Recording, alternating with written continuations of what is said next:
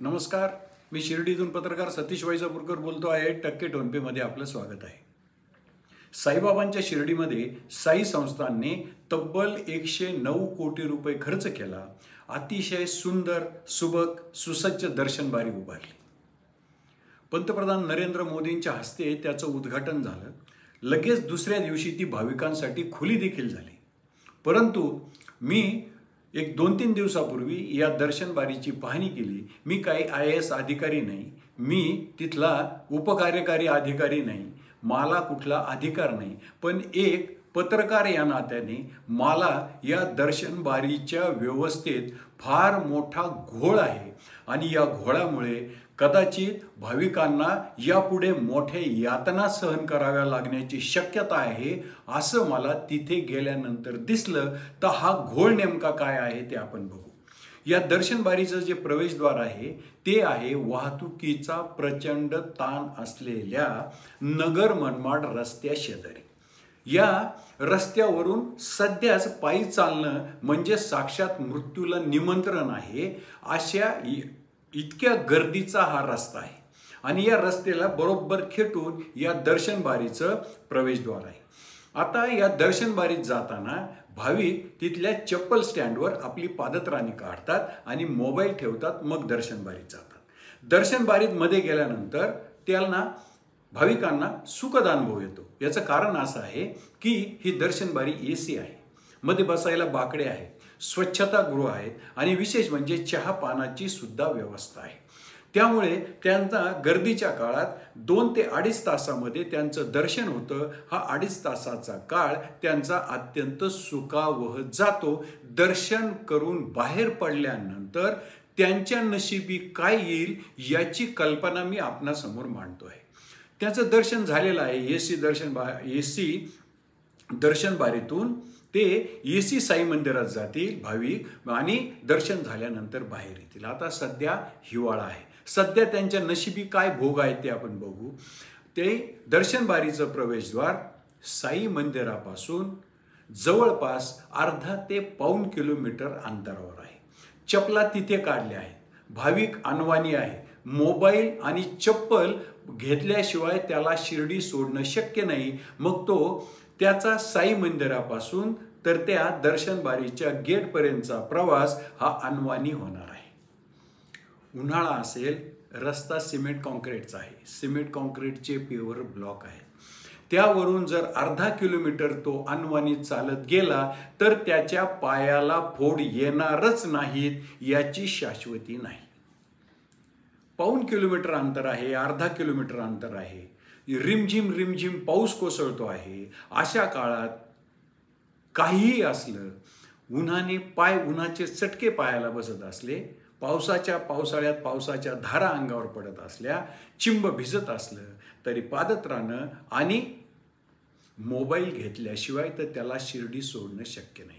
मग हे अंतर जर तो अनवाणी उन्हाळ्यात गेला तसं मगाशी सांगितलं तसं पायाला फोड, पावसाळ्यात गेला तर तो पाऊस चालू असला तर तो भिजणार.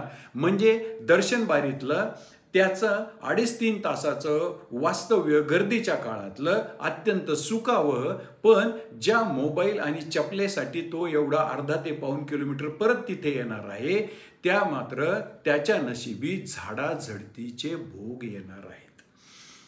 दुसरा याहूनही चिंता करायला लावणारा मुद्दा असा आहे, 1 लाख भाविक शिर्डीत असले सुट्टीच्या काळात आणि त्यातल्या जर 80,000 भाविकांनी त्यांच्या चपला दिवसभरामध्ये या दर्शनबारी समोर काढल्या, पादत्राणांजवळच आपला मोबाईल स्टँडवर मोबाईल ठेवला, तर या लाखातले 80,000 भाविक दर्शनानंतर पुन्हा त्याच नगर मनमाड रोडवर, नगर कोपरगाव रोडवर येणार आहे. म्हणजे आधीची गर्दी प्लस खास मोबाईल आणि चपला, स्वतःची पादत्राणं घेण्याकरता येणारी गर्दी, या रोडवर गर्दीच गर्दी होणार आहे.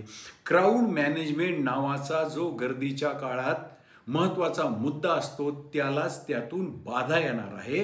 कारण अनावश्यकपणे जेवढी दर्शन रांग बाहेर जाईल तेवढीच ती पुन्हा नगर मनमाड रस्त्यावर येणार आहे. मग अशा वेळेस तुम्ही गर्दीचं व्यवस्थापन आता जर जिकरीचं होत आहे, म्हणजे जरी पण नो व्हेकल झोन गर्दीच्या काळामध्ये नगर मनमाड रस्ता केला तरीही अनावश्यक जेवढी गर्दी शिर्डीत येते ती दुसऱ्यांदा नगर कोपरगाव रस्त्यावर येईल आणि मग त्यामुळे गर्दीचं व्यवस्थापन कसं करणार हा मोठा यक्ष प्रश्न यातून निर्माण होईल।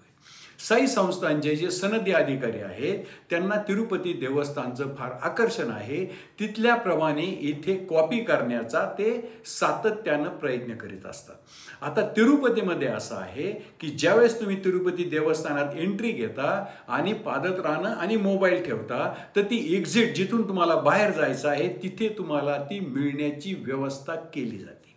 अशी व्यवस्था जर इथे करता आली किंवा आणखीन काही पर्याय तिथे देता आला तर किमान हा जो अर्धा ते पाऊण किलोमीटरचा अनवाणी प्रवास दर्शन बारी समोर तिथे होणार आहे।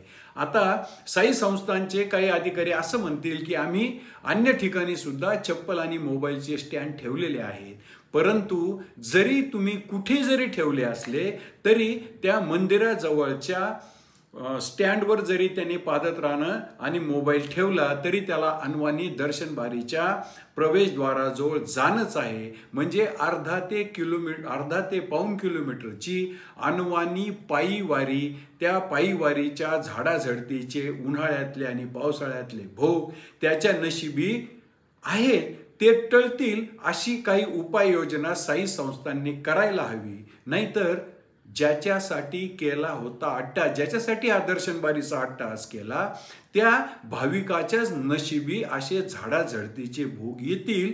हे मला ती दर्शनबारी आणि तिथली पादत्राणं आणि मोबाईल स्टँडची व्यवस्था पाहिल्यानंतर मला हे सुचलं, म्हणजे माझ्या डोक्यात ही कल्पना आली। ही या सनदी अधिकाऱ्यांच्या उपकार्य, आता खरं म्हणजे यापूर्वीचे उपकार्यकारी अधिकारी होते राहुल जाधव, फार गोड बोलायचे, काम करत नव्हते पण आलेल्याशी खूप प्रेमाने बोलायचे। आता ही संधी नवे जे इथे उपमुख्य कार्यकारी अधिकारी आहेत तुकाराम हुलवळे यांना आहे, त्यांनी सुद्धा याचा विचार करावा। त्यांनाही काही अधिकार नाहीत, धोरणात्मक निर्णय घेण्याचे अधिकार नाहीत, पण मला वाटतं ज्या अर्थी पी शिवशंकर यांनी त्यांच्या अधिकारात 1 नंबर गेटमधून प्रवेश करताना मंदिर परिसरात पादत्राणं घालायचे नाही असा निर्णय घेऊन तो राबवला होता, त्या अर्थी हे पादत्राणाचे निर्णय 100% धोरणात्मक निर्णयात बसत नाही।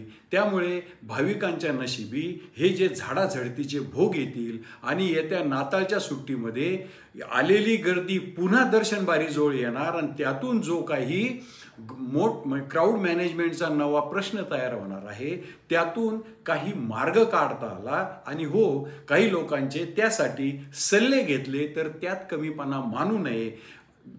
माझा हे सांगण्याचा हेतू एकच आहे की भाविकांचं ऊन, वारा, थंडी, पाऊस यापासून संरक्षण व्हावं यासाठी आपण दर्शनबारी बांधली, पण अर्धा किलोमीटर प्रवास त्या भाविकांना जर पुन्हा उघड्यावून करायचा असेल तर मग एवढी मोठी दर्शनबारी बांधून हेच फळ काय ममता पाला अशी अवस्था सध्या होते आहे, ती टाळता आली तर भाविकांच्या श्रद्धेची आणि सबुरीची परीक्षा त्यांना येथे आल्यावर यापुढे द्यावी लागणार नाही। नवीन दर्शनबारीचा हा घोळ आपणास आवडला असेल तर माझं टक्के टोनपे हे चॅनल सबस्क्राईब करा, लाईक करा, शेअर करा।